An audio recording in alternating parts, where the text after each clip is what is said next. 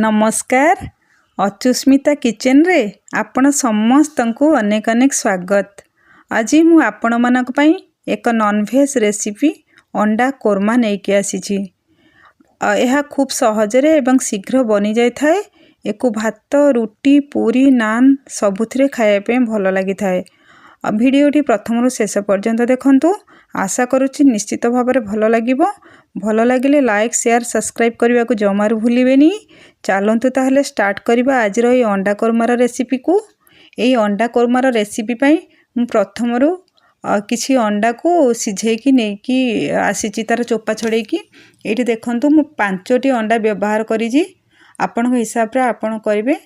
प्रथमे आमे अंडा गुडी को ताको गोटे छुरी साहाय्य एमती कणा करि नबा। देखंतु मु केमती करूची। एमती कले हमरो लूण हलदी सब ता भितरे पसी जिवो। तेल देई हम भाजिला बेले सेटा भल से भाजी हो। एही परि भाबरे मु सब गुडी को छेद करिक नै आसी। देखंतु एठी मु लूण हलदी आ किछि लंका गुंड नेकी ताको प्रथमे आमे मैरिनेट कर नबा अंडा को।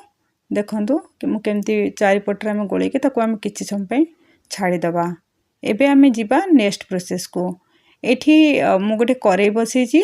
सेथरे किछि गरम मसला गोटा गरम मसला स्टार फूल 2टी गुजराती किछि दालचीनी गोलमरीच जावित्री एमती अल्प अल्प मसला मु देकी ताकू टिके भाजी नबा।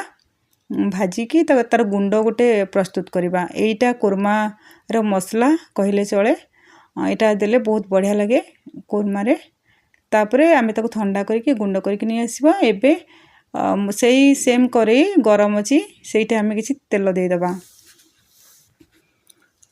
ताकू आमे भल से गरम करबा तेल को। तेल गरम होला परे मु एठी बड़ साइज रो 2टी पियाज को काटी की छोट छोट करके रखितली ताकू मु एठी दे देछि। ताकू आमे भल से पूरा गोल्डन ब्राउन कलर हबा पर्यंत भाजीबा। ताकू आमे मझरे मझरे चलौथबा नहले ता गोटे पट जळी जिवो। ताकू आमे बारंबार चले की नेकी आसीबा। देखंतु वर्तमान हमरो पियाज रो कलर टिके टिके चेंज हे आसलानी। एही परि भाबरे आमे ताकू सब बेले चलेबा नहले हमरो गोटे गोल्डन ब्राउन हे जिवो आ गोटे कंचा रहइबो। देखंतु हमरो केमती कलर धीरे धीरे चेंज हे आसलानी। एबे हमरो पूरा मु तो बंद करि देछि गैस को। एबे ताकू नेकी आमे ठंडा करबा। एबे देखंतु मोर गुंड मसला करके मु नै आसी। एबे मु अदा रसुन रो पेस्ट 2 चमच आनिछि। आउ से जो पियाज आमे रखितले ठंडा करके ताकू मु एठी किछि काजू को भिजे के नेथिले 10-12टा काजू ताकू आमे सेठी दे दबा।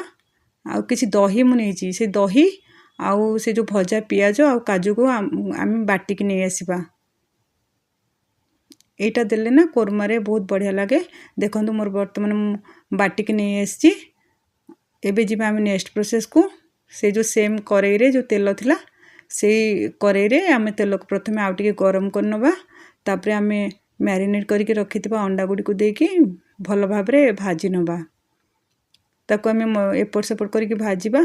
बेसी जळिला परि भाजीबानी नहले हमरो लूण हळदी आ जो लंका गुंड देइचंत ना सेटा जळि जिवो कळा पड़ जिवो भल लागिवनी।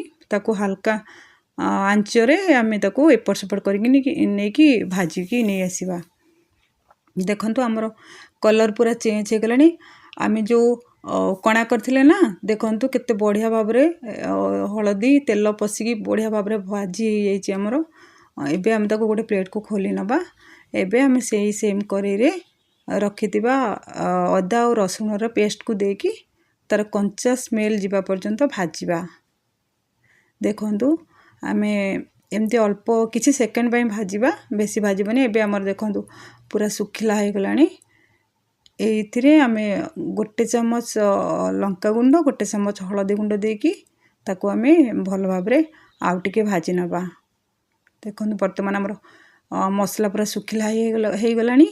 एही अवस्था रे आमे जो बाटी की रखिथिले गोटे पियाज काजू ए सब रो पेस्ट को वर्तमान आमे एठी दे देकी ताको भल भाबरे भाजीबा। तापरे आमे से जो पात्र रे मोर पानी थिला ना सेटा को मु धोई के दे देछि। आपण भी देबे। आउ मु एठी टिके लूण देइथिली सेटा मु भूली जाइछि वीडियो करिया पे। एठी आपण टिके लूण दे देबे जेतिके आपनकर दरकार ग्रेवी देखिकी एबे ताको आमे भल भाव एपट सेपट करनबा तार जेमती पूरा भल बास्ना गोटे आसीबो से पर्यंत आमे ताको करबा। देखंतु एबे हमर सुखा हे गलानी बहुत बढ़िया बास्ना भी आसलानी मसला रो। एबे आमे भाजी के रखितबा अंडा गुडी को दे दबा एवं टिके एपट सेपट करनबा जेमती कि हमरो कोणा करथिले ना आमे अंडा गुडी को से ता भितरे हमर मसला गुडी को पसी जिवो। टिके समय एपट सेपट करी भाजी नबा तापर आमे एठी पानी दे दबा। आपण जेतिकी ग्रेवी रखिया पे चाहूथिबे से अनुसार पानी देबे। एटा बेसी झोल कले भल लागेनी एतिकी ही रखिबे। तापर लास्ट रे मु जो गुंड करके रखतिली गरम मसला रो सेटा को दे दबा। एटा देले बहुत बढ़िया लागे। एबे आमे टिके एपट सेपट करनबा एवं 1 मिनिट फुटिया पे छाड़ दबा।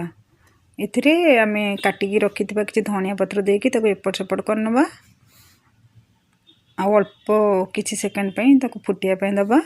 एबे हमर तरकारी पूरा रेडी। वीडियोटी केमती लागिला कमेंट्स करी जणेबे। आज पय रहली पुणी आसीबे आउ एक रेसिपी नै। जय जगन्नाथ।